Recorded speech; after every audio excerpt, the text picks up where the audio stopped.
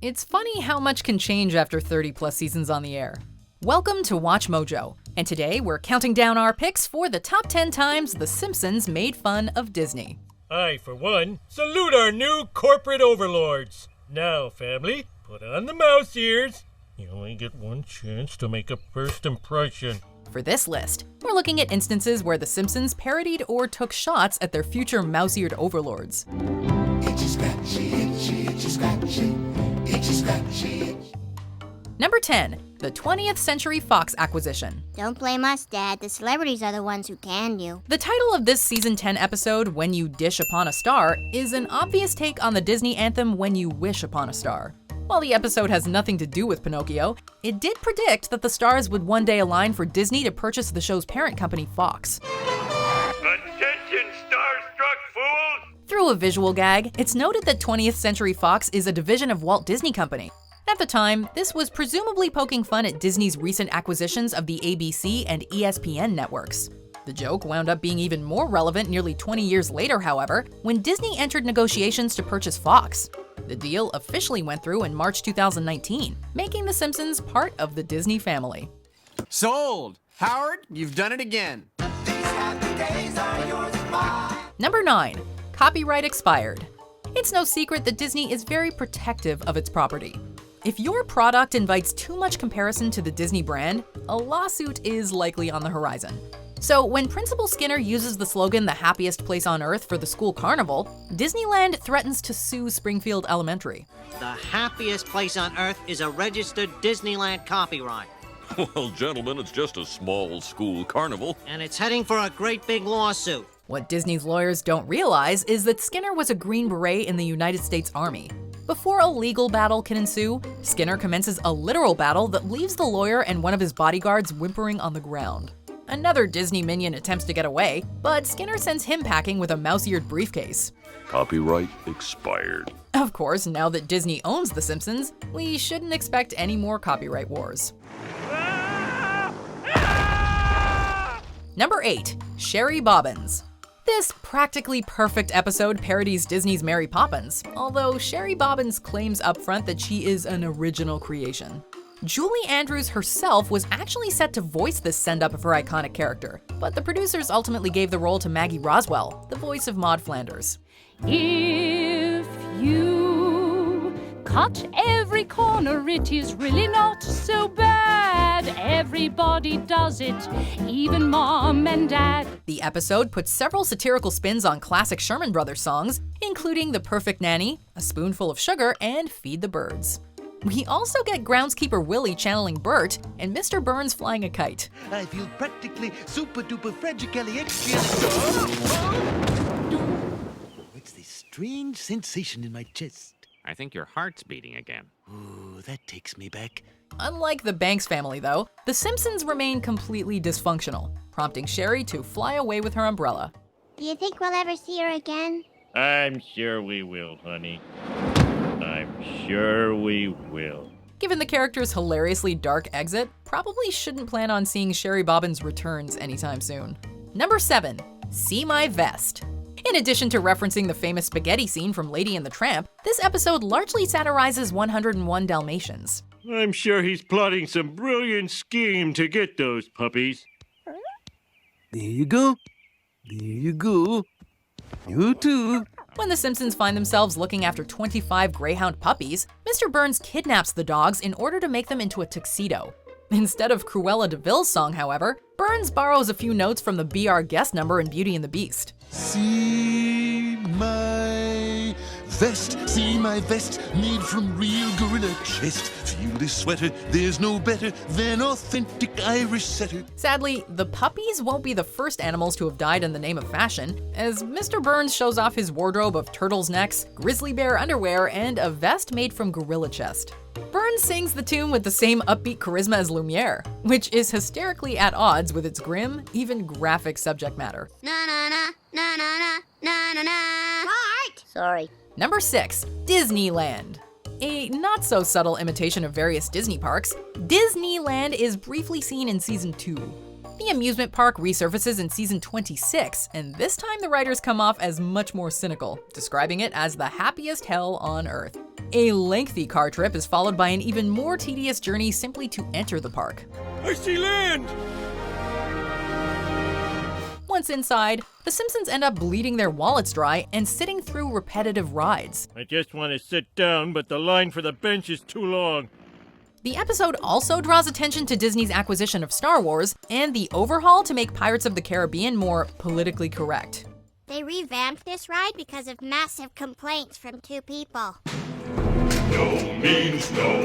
We know now. A Springfield-themed area is currently located at Universal Studios, but it'll be beyond ironic if Simpsons attractions start popping up in Disneyland later down the line. Number 5. Mixar. At any Oscar or Golden Globe ceremony, Pixar is almost always a safe bet for Best Animated Feature. The creative team from Mixar. Pardon me. I have seen all of your movies except Cars. When Bart's short film garners award buzz, he faces fierce competition in an animation powerhouse called Mixar. One of the key Mixar personnel is the spitting image of John Lasseter, from the glasses to the Hawaiian shirt. The Mixar staff is not quick to make friends with the competition, enlisting Randy Newman to sing a song entitled You've Got an Enemy. You better have 9 lives because we have 8 knives. Yes, you've got an enemy. They also have a giant Luxo lamp, Mr. Carrot Head, and a Wall-E-like robot in their corner. The Mixar short in contention is Condiments, a CGI western that spoofs Pixar's tendency to give inanimate objects life and create worlds within worlds. Timmy's coming! Assume your positions! And yes, this episode predated Sausage Party. Number 4. Epcot Center. Let's be honest, if you're gonna visit a Florida theme park, Epcot probably isn't top of the list. The Simpsons' Epcot Center does little to distinguish itself from Epcot, with its signature structure being a large geodesic sphere. Homer is bored from the second they fly over the park, which is advertised as the place you go when everything else is booked.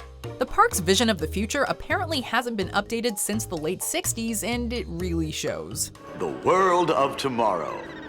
Don't walk, fly in your personal Eastern Airlines air buggy. Eventually, Homer decides to make a break for Disney World, although he is horrified to learn that the churros are $14.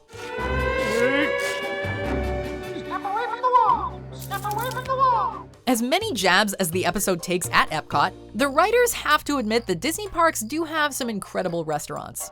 Number 3. Itchy the Lucky Mouse. We all know who Walt Disney is, but fewer people are familiar with Mickey's co-creator, Ub Iwerks. That's the first Itchy cartoon ever made, and it was made by me, Chester J. Lampwood. In this episode, it's revealed that Roger Myers stole the character Itchy from another animator in 1928, the same year Mickey made his debut. This doesn't exactly parallel Disney and Iwerks' partnership, as both played a hand in creating Mickey, but that being said, there's no denying that the public associates Mickey more with Disney than Iwerks. Okay, maybe my dad did steal Itchy, but so what? Animation is built on plagiarism. Roger Myers is clearly meant to be a Walt Disney parody, right down to a line about him being cryogenically frozen. I lost everything. I can't even keep my dad's head in the freaking cryogenic center anymore. Of course, this episode could also be seen as a shot at Charles Mintz, a distributor who took control of Oswald the Lucky Rabbit away from his creators, Disney and Iwerks. Number 2. The Roger Myers Story. We're now approaching our final destination, Itchy and Scratchy Land, the amusement park of the future where nothing can possibly go wrong. A vacation to Itchy and Scratchy Land invites numerous possibilities for parodies, including a documentary about fictional founder Roger Myers Sr. The documentary depicts Myers as a seemingly wholesome figure who actually had a few skeletons in his closet. Just as Walt Disney has been accused by some of being anti-Semitic, Myers landed in hot water for his controversial cartoon, Nazi Supermen Are Our Superiors. Myers' filmography also includes an ultra-violent version of The Sorcerer's Apprentice entitled Scratchtasia. Now you be good, Pinocchio, and don't you lie. His follow-up feature is a Pinocchio parody called Pinocchio, which is perhaps even more shocking than the original novel by Carlo Collodi. A manic, scratchy robot destroys the screen before the documentary's conclusion, but we can't help but wonder if Itchy and Scratchy ever got the Bambi treatment. I mean, some of these are more loving tributes than straight making fun of Disney, no? And it's not nearly as bad as when they go after Fox News. But I must admit, number 1 on this list is pretty savage. So let's check out some honorable mentions, and then we'll see what it is. You're listening to Radio Disney. The songs you love, rewritten for babies. Who left the milk out? Yuck, yuck, yuck, yuck. Dad left the milk out. Yuck, yuck, yuck, yuck. That's good satire.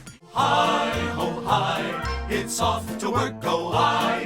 This song's not like any song you know. Ho hi, ho hi, ho hi, ho hi. What are you doing up there? Looking through people's luggage. I'm the mascot of an evil corporation. Here's their first cartoon together. Steamboat Itchy. No fear for me, no fear for you.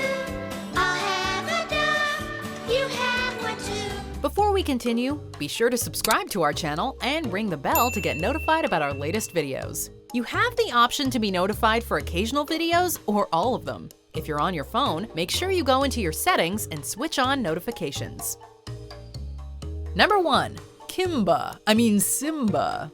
When the late Bleeding Gums Murphy appears to Lisa in the sky, it's hard not to think about Mufasa's heavenly message to Simba. That was for you, Bleeding Gums. You've made an old jazz man happy, Lisa. You must avenge my death, Simba. Actually, Mufasa appears alongside Bleeding Gums with Darth Vader and James Earl Jones. While the Lion King lampoon is evident, there's another joke that might have flown over your head. Mufasa accidentally says Kimba instead of Simba. Animation fans will know that this is a reference to Kimba the White Lion, an anime series from the 60s that shares an astonishing amount in common with the Disney film. Kimba, Kimba, Kimba, Kimba, Kimba, Kimba. Lion King directors Roger Allers and Rob Minkoff claimed they had no knowledge of the anime while making their film. But this moment seems to be suggesting that somebody at Disney was familiar with it. Be a boy and you can call it Kimba. Kimba, son of Caesar. Do you agree with our picks? Check out this other recent clip from WatchMojo. And be sure to subscribe and ring the bell to be notified about our latest videos.